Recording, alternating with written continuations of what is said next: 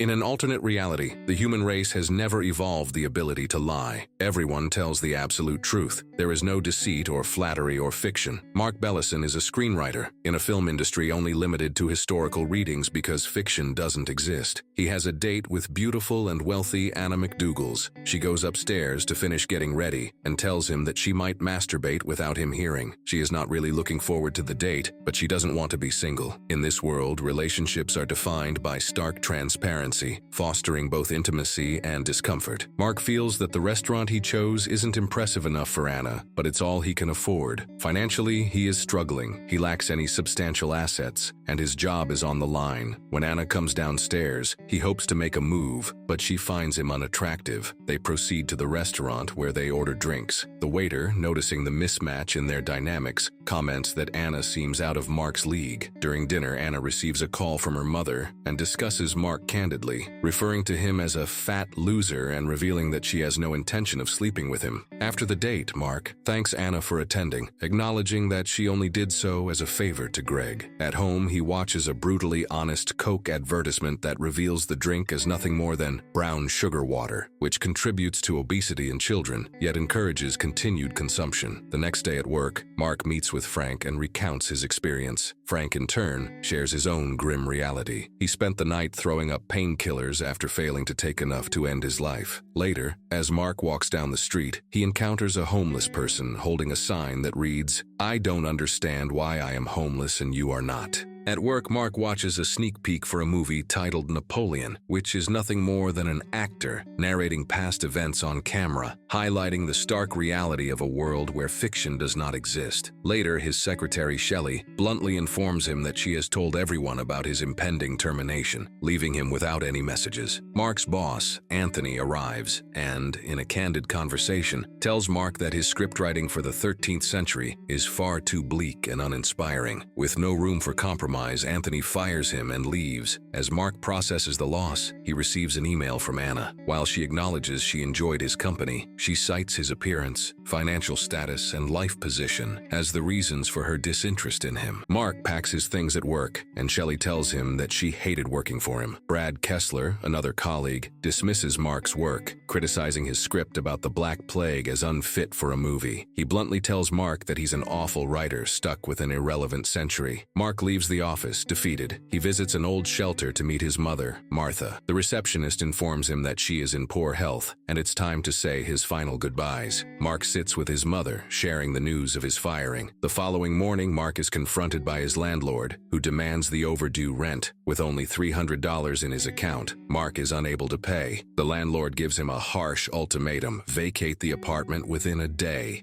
Mark goes to the bank to close his account, but the clerk informs him that the system is down and they cannot process the closure until it is back up. She offers to help with a withdrawal and asks how much money he has in his account. In that moment, an epiphany strikes him. He suddenly realizes he can lie. Mark tells the clerk that he has $800 in his account, the exact amount of rent he needs to pay. As the system comes back online, the clerk notices that his balance is only $300. Believing the system has made a mistake, she, without hesitation, hands him $800. Mark, now in possession of the money he needs, walks away, the weight of his newfound ability to lie settling in. Mark, filled with exhilaration from his new ability to lie, goes to his landlord and hands over the rent, his heart racing with the power he now holds. Eager to test his newfound skill further, he heads to a bar and tells Greg and the bartender that he is black. They believe him without question, reinforcing the strange confidence his lie provides. Outside, Mark spots an attractive woman and tells her that the world is about to end unless they make out. She agrees,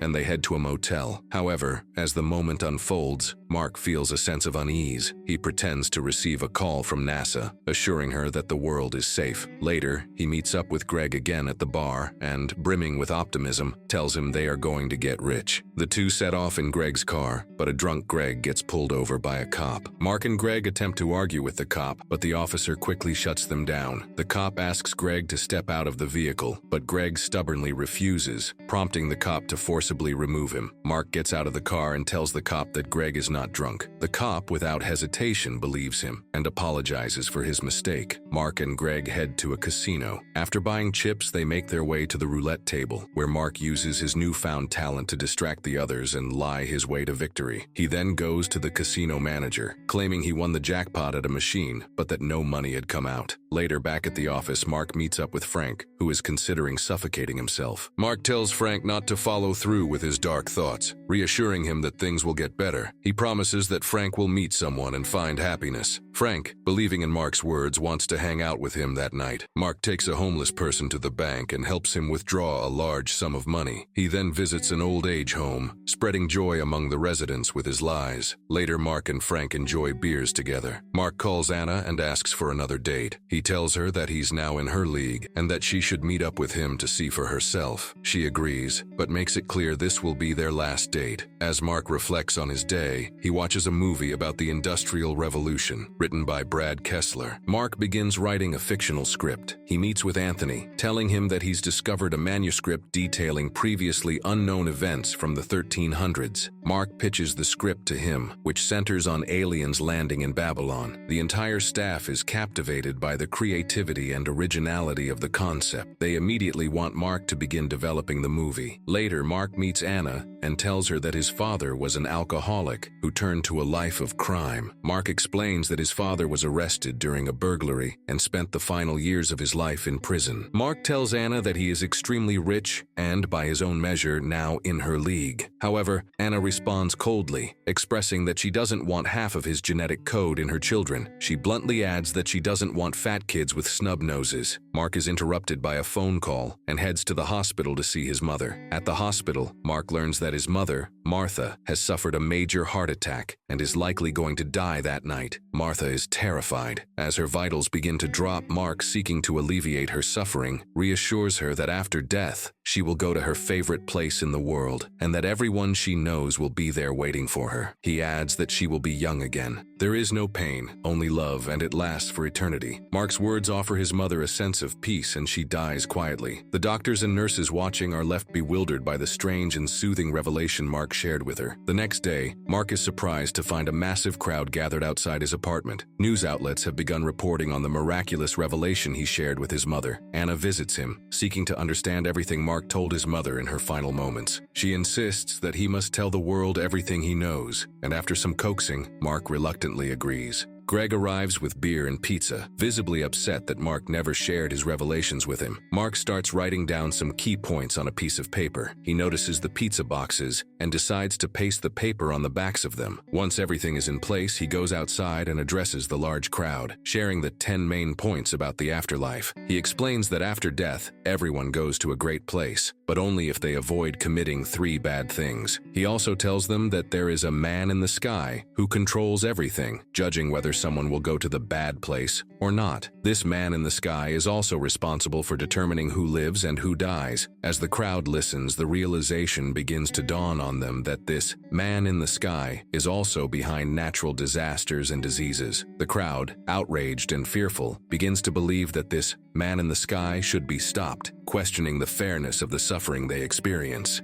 Mark insists that the man in the sky is also responsible for all the good things that happen. They want to know how Mark knows all this, and he responds that the man in the sky told him directly. As Mark's words spread, NASA begins its search for this mysterious figure in the sky. News outlets start reporting on the increasingly dire consequences of the man in the sky's actions. Meanwhile, Mark begins shooting his movie. He buys a massive mansion for himself. His movie becomes a hit, and he rises to even greater fame. Sometime later, Mark and Anna sit together in a park. Mark spins a fabricated tale about how he saved a baby from a burning jam factory and fought off a bear that tried to attack them. Anna, despite having developed feelings for Mark, remains resolute in her decision not to date him due to her concerns about his genetics and appearance. She remarks that being rich and famous doesn't change his genetic makeup. Mark, momentarily tempted to lie, decides against it, feeling the weight of truth and his own moral conflict. Sometime later, Anna visits a drunken Mark, who is writing another script for a film. She brings him a birthday present, but informs him that she cannot accompany him to the movies. Instead, she is going on a date with Brad Kessler. Mark, feeling desperate and anxious at the thought of Anna being with Brad, blurts out that there is a rule prohibiting making out with someone unless you're married to them. Mark opens his birthday present and is surprised to find that Anna has given him a coupon for birthday 6. However, she refuses to go through with it, citing that they aren't married, despite her earlier feelings for him. Brad arrives to pick her up, and she departs with him. On their date, Brad orders a salad for Anna, citing his concern about her weight, something Anna finds deeply irritating. During their meal, Anna receives a call from her mother, and Brad, with no regard for Anna's feelings, grabs the phone and tells her mother that she is annoying, promptly hanging up. He then goes on to belittle Mark, calling him a loser and stating that he, not Mark, should have been the one to speak with the man in the sky. Later, Mark, Greg, and Frank sit together sharing beers. Frank confesses that he no longer seeks happiness in life because he believes he will find eternal happiness after he dies. Until then, he says, he will simply continue drinking away his days. Meanwhile, Anna is at home, watching an interview with Mark. Her mother tells her that just because Mark can communicate with the man in the sky doesn't mean he's good enough to be her friend. Mark visits his mother's grave. Despite all the success, fame, and power he's gained, he feels as though nothing has changed. He is still a loser. He can't shake the feeling that no matter what he achieves, he will always be a loser. Sometime later, Anna visits Mark, who has grown a beard and looks completely disheveled. She tells him that she's getting married and hands him an invitation. Mark urges her not to marry Brad. However, Anna leaves after giving him the invitation. The following day, Greg is ready for Anna's wedding and encourages Mark to get dressed and join him. They head to the ceremony, and Mark interrupts the wedding. Standing before the guests, he professes his love for Anna, saying that even Brad's genetic makeup doesn't guarantee better children. To Brad, she is merely a prize, and their children will be nothing more than an extension of his trophy. But with Mark, she could actually be happy, free from the superficial expectations that Brad imposes. Brad dismissively tells him to ask the man in the sky what is truly best for Anna. Mark, however, argues that only Anna knows what's best for her. Anna, conflicted and seeking clarity, admits that she wants to know too. Mark refuses to answer and walks away. Anna follows him, demanding to know why he won't give her an answer. In that moment of honesty, Mark confesses that there is no man in the sky. He tells her everything, revealing the truth behind the lies he'd spun. Anna quietly asserts that she knows what she wants,